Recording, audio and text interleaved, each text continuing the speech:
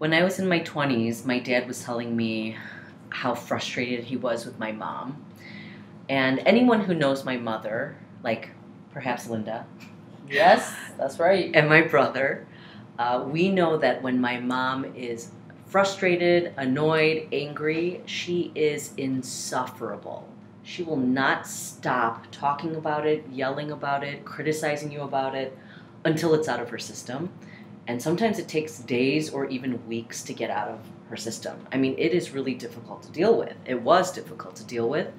And this was one of those stints. You know, she was on a rampage and my dad was really pissed. But then he ended his complaints about my mom by saying, "But you know what? I never raised a hand to her." What the fuck? WTF. And interestingly, my mom, on many occasions, bragged about the fact that my dad never hit her. Also, I have a memory where we're in the kitchen. I'm with my mom. This is many years ago, and she is indirectly complaining about our uncle, and not intentionally, but it's very clear he was being his normal toxic self, where our aunt is totally accommodating him and capitulating to his every need and stroking his ego and being very careful around him for the 1 millionth time. And then my mom pivots in this story to then brag about my dad, about something different, and how progressive he is and how self-sufficient he is for a person of his age in that generation and culture. Her big brag about him was that he could get his own water. Welcome to the Damned If You Do podcast, where two cousins share our experiences growing up as children of immigrants and how we navigate the world today as teachers, mothers, and women of color who have something to say. Welcome back to the podcast, y'all. Thanks so much for being here. So, we are together. Of course, it is after 11 p.m. That's better than before, okay? That's good for us. I've already had a Truly. I've had red wine. We're on to sangria. And I'm wearing my period underwear. Oh, and girl, I just got period underwear. It took me a full minute to roll it back up after I used the bathroom. You know they'd be large as hell. We gotta talk later about that. Yeah. We gotta get a sponsorship. Okay, if you're listening, hook us up. Hook it up. So, thank you for joining us in our second part of Taking Up Space. We are going to tackle and address the question of why didn't we take up space? Probably for many years. So, I know, Praise, you're going to talk about the embedded patriarchy of Korean culture, because that's actually one of the cornerstones of our culture. And in fact, there's a lot of reasons. Like we're thinking of a lot of reasons why we don't take up, or why we hadn't taken up space in the past. And there's so many reasons that today I think that's all we're going to talk about. We're just going to talk about the way that we grew up in a certain kind of culture and that, you know, didn't leave us a lot of room to take space. Before I even talk about that, though, I kind of wanted to... I was talking to Linda about how sometimes I think because I lived in Korea for 9 years, I feel like I notice a difference between, like, Korean culture, like in the motherland, and then Korean American culture, right? Like, that's what makes us, like, almost third culture kids, even though we're not quite... We're third culture kids, right? Because we're not exactly American. We're not exactly Korean. We're Korean American. We're this hyphenated, you know, brand of a culture. Second generation. We're second gen. It creates a certain like viewpoint of what we think Korean culture is, because all we know of is basically the Korean Americans in Chicago, right? Yeah. Who are dwindling. We're not even the third biggest city with Koreans anymore. Besides the point. But it's like we have church and Korean school and maybe some other outlets like high school friends or whatever, college friends, and then we realize like it kind of creates a narrow scope, I think, of what we understand about Korean culture. And then you said it best too when you were like, it's archaic, right? Like it's archaic because our understanding of anything that is Korean culture is from our parents, right? Instilling, modeling, drilling, but their remembrance and experience of Korea is they're many years ago because our family members immigrated. I don't know, my dad immigrated in 1967. So like yeah. it's stagnant. It's in its own vacuum, and it's very, I'm sure comparatively, because I didn't live in Korea as many years as you, but I went out there 7 times. Seven times? Did you seven come see me times. 7 times? Oh yes, no, it wasn't just not yes, but I taught English out there with you, but their understanding of Korean culture that they have passed on to us is so antiquated at this point. Oh, that's right. Antiquated was your word. And it is. And they have a very different view, right? Like they go back to Korea now, and it seems like a completely foreign country to them. And I know because my dad goes back every year now since I had started living there. So anyway, I just wanted to say that up front and how we actually love being Korean. We love it. And I want to say that because we're about to complain about it. So we are like everything Korean. You know what I mean? Like our whole brains and lives and identities. It's everything Korean American. Yes, yeah. Okay, so one of the concepts that we wanted to bring up, especially in Korean culture, and it's gotten really popular lately, like somebody published a book about it, it's like floating around on, media outlets, is the concept of nunchi. Nunchi, I was about to spell it in English, like who cares?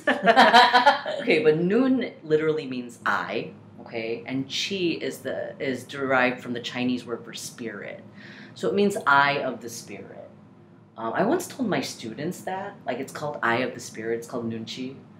And one of my students said, it's your third eye. And I thought, it is. It's like a third eye. Yeah. It's exactly right. Yeah. And the idea of nunchi is literally about space. Like do you have the awareness, the eye spirit, to understand your space among all the other spaces around you? That's what it's asking you to do. So, for example, I wouldn't bust into a room and insist that everybody talk to me, surround myself with everyone's, what am I trying to say? Get everybody's attention. Like, no, I have to understand that when I walk into a room, I belong in a collective, right? Like, there's a collective culture in that room. Also, you're not 20. What do you mean? Like being in a collective? No, I mean... I just threw you off. No, because you were like, I'm gonna bust in a room and everyone listened to me and everyone. That's what I meant. Hey, I feel like you and I are still like that. I bust into a room at a party. So it's like you get into this room and you have to know your place in it, right? It's like it's part of hierarchy. It's part of always in our culture. It's all about hierarchy. It's all about patriarchy. If I go to a family party and there's like a bunch of uncles and aunts who are like 7 years old, and here I am as a 42-year-old, I would not walk in and insist that I am to be listened to immediately, right? I'm like, whoa, let me take a step back. Okay, let me greet these people. Let me understand what they're talking about. Let me get their needs first. What do they need? Do they need water? What's happening, right? Yeah. It's like I have to suss all of this out using my third eye, using my nunchi, and then figure it out. This isn't that's just one like random situation, but this is in every situation, right? It's in the office space. It's in your friend group. It's in a family. So nunchi is everywhere, and you should always be using it. I think, unfortunately, the responsibility or the weight of nunchi falls on women a lot more than men. So, I mean, we wanted to start with that idea because so much of the spatial awareness that we have in our culture, I think, stems from nunchi. Right. So nunchi is essentially just being considerate and thoughtful. Yeah. Which every culture understands and right, like values to some extent. But it is the bedrock of being at least a Korean woman in our culture. And you, of course, in a heterosexual relationship, always defer to the man. You always defer to male elders or elders. And you also do it like for your own friends and people in your family. So, I mean, it's your earliest lesson, I think, as a Korean woman or girl. And that is not to say that I feel like this is actually relatable across many, many, many cultures, because most cultures have so much patriarchy, right? Historically embedded in so many different ways. And I thought of, if you see my Big Fat Greek Wedding, there's a quote I really found that resonated with me. It's not the bopsy one. Bopsy. It is although that, I enjoyed that very much, but it's the quote where Maria says, "The man is the head, but the woman is the neck. And she can turn the head any way she wants." Yes, and the fact that you have to be that subversive is sad. I mean, like, ultimately, sure, but, like, it has to come through charm and cunning and being really indirect and stroking the ego. And all of that is fucking exhausting. It's like mental gymnastics. Right. But that's what every Korean woman, and I'm sure many women across many cultures, have had to do, especially, like, historically. Right? Right. Like, take up less space, but be clever about it so you can get what you want at the end. Like, they don't ever tell you to take up more space. And be direct. No. You always have to be indirect. Yep. And there's just a lot of things. Like, part of our culture, too, is being very transactional. And that very much, like, that speaks to money. I think I can't speak for, this is certainly not to represent all Korean Americans in Chicago, but I have heard, there was a saying when I was growing up, which was cash is king. Cash is king. And every time I say that, there's at least one Korean person in the room who's like, I totally heard that too growing up. And our culture is all about, for me, I feel like everything is so exacting and so transactional in terms of money, in terms of time, in terms of always keeping track of who paid for what, who deferred to who paid the most respect, who was the most humble, who was the most thoughtful, especially as a woman. My mom kept ledgers upon ledgers. She did. She was literally she writing was the it. queen of ledgers. Writing it down on paper. She took notebooks, like wide-ruled notebooks from like junior high that I had not finished taking notes in. And she was like, "Thank you." And she was like, "These are my ledger notebooks of who paid us for what and when and how." It's like any funeral, Oh my God. any wedding. I paid all these people, for the weddings that I had attended. And so when you get married, they have to pay me that same amount. I was like, with interest and inflation? I mean, I don't know what that same amount means anymore. And we are not exaggerating. That's literally very much a part of our culture. And it's nice in that there will always be reciprocity. It's terrible in that it's so exacting. Right. And if you're short, everybody's going to know. God help you. Everybody's going to talk God about help it. you. Yes. So... But back to the question of why don't we take up more space? So, a large part, and a truthful part of that answer is our moms, who are wonderful. Mine was wonderful. I'm going to let Praise speak for hers. Mine was interesting. Our moms, well, here's a statement I can make that's true for both of us. Our moms were larger than life to both of us. My mom, I can say this with full confidence. My mom will have been the very best influence in my entire life to my last breath. My mom helped cultivate any sense of righteousness and goodness in me is from my mom. And I will always remember that and thank her for that and know that, that like reverberates throughout my whole body. Also, I will acknowledge that she modeled herself throughout her whole marriage to my dad as diminishing herself and allowing my dad to puff himself up and be the rooster and or the peacock, I should say, and take up as much space as he ever wanted. And she had to be clever and cunning and careful and everything. I'm actually not in my marriage to a fault because that also becomes problematic. But I actually, if you know me, you know that I'm not a quiet person and you know that I'm very opinionated. And I think that is a very direct response to how I was brought up because I don't want to be that person. I embody a lot of wonderful traits, hopefully, that my mom had, but I don't want the marriage and I don't want the role that she occupied for many years.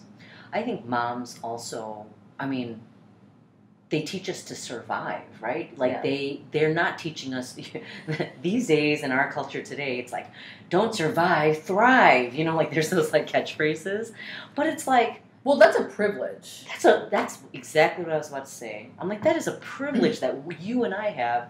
We're like, hell yeah, we're gonna thrive, but that's because we don't need to survive. You know what I mean? We have Blue Cross Blue Shield. I mean, like, I mean HMO, but that's all right.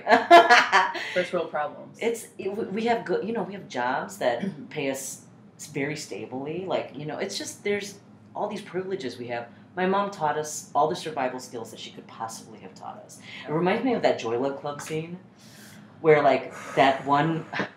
Back to the Joy Luck Club. Wow. I feel like every month I think about Joy Luck Club at least once. I don't know why. Okay, when I married my white husband, I said, we can't get married until you watch the Joy Luck Club.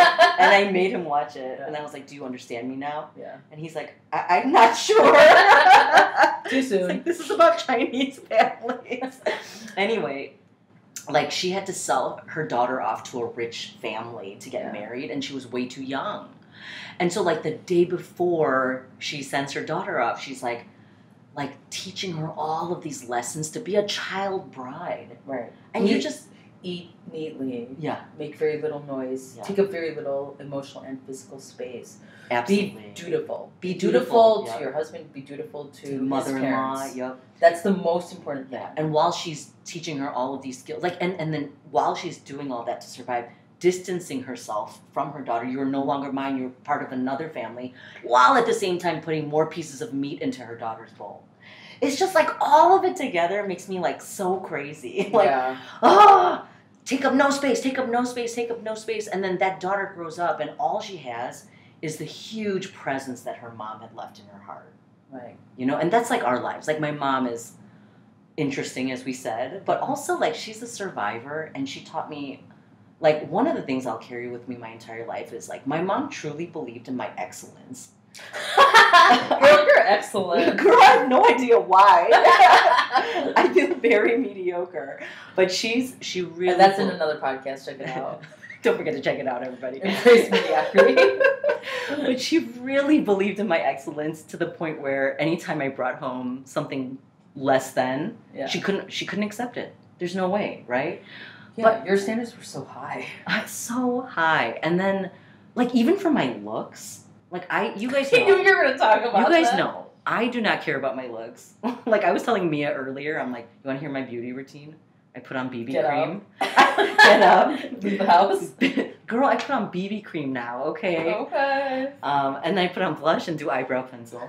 You do? Eyebrow pencil in my 40s. Because it'd be looking pretty faint. We should do that. That's another podcast episode to come.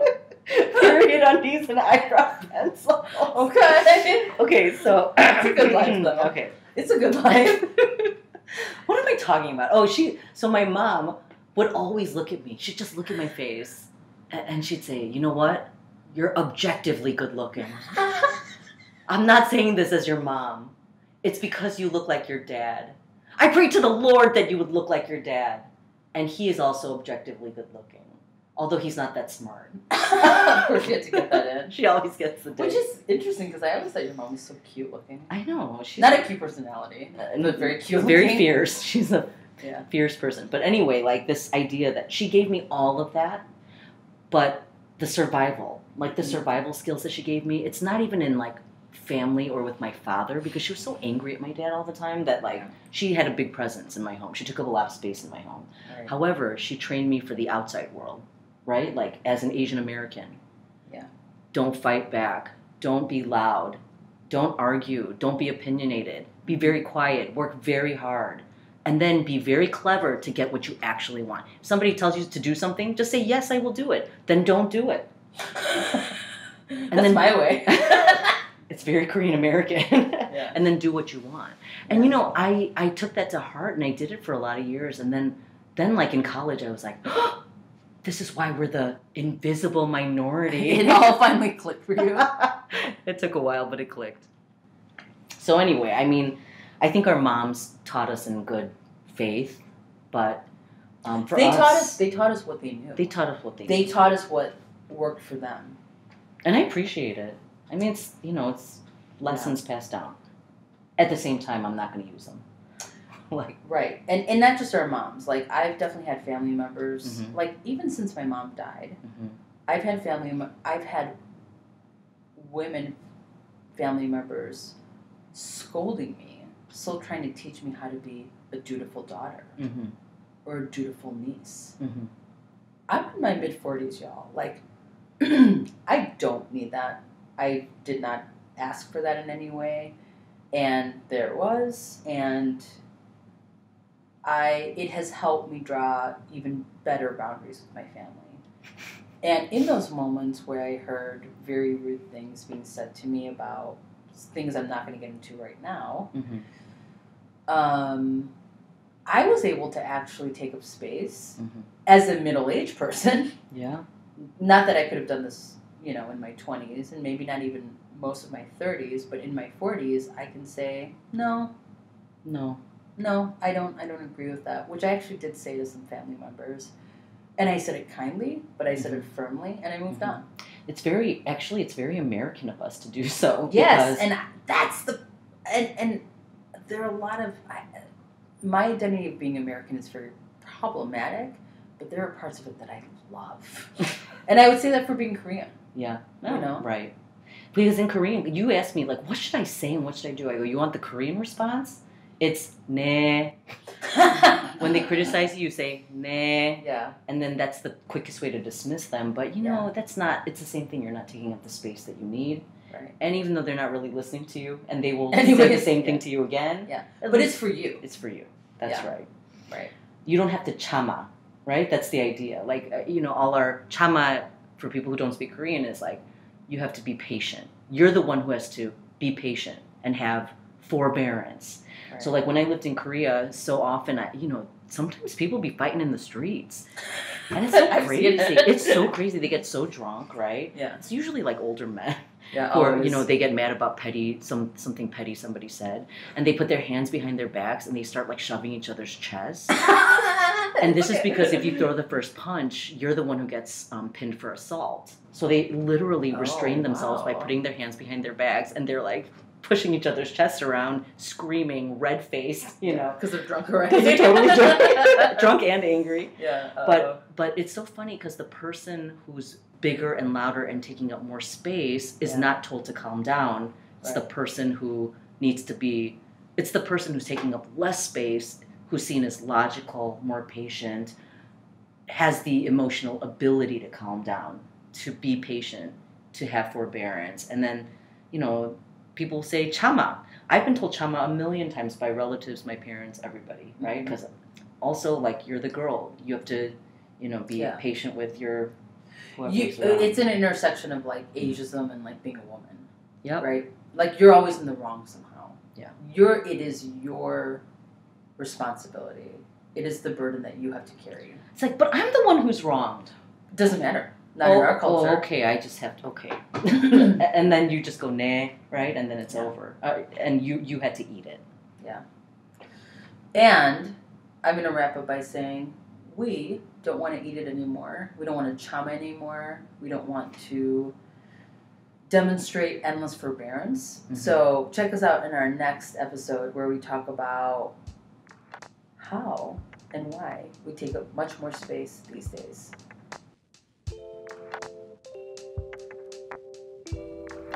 Thanks to Mia, our producer extraordinaire.